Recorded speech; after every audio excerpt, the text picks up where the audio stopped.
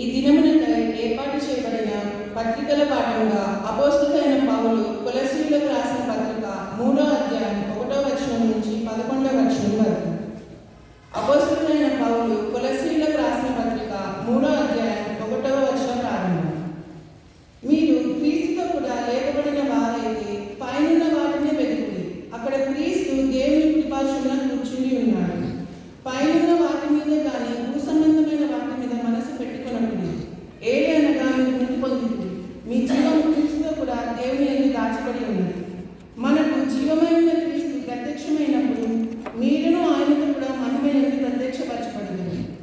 కావున భూమి మీద ఉన్న మీ అవయవములను అనగా జారత్వమును, అపవిత్రతను, కామాతురతను, దురాశను, విగ్రహారాధనైన ధనాపేక్షను చంపివేయుడి. వాటి వలన దేవుని ఉగ్రత అవిధేయుని నుంచి వచ్చును.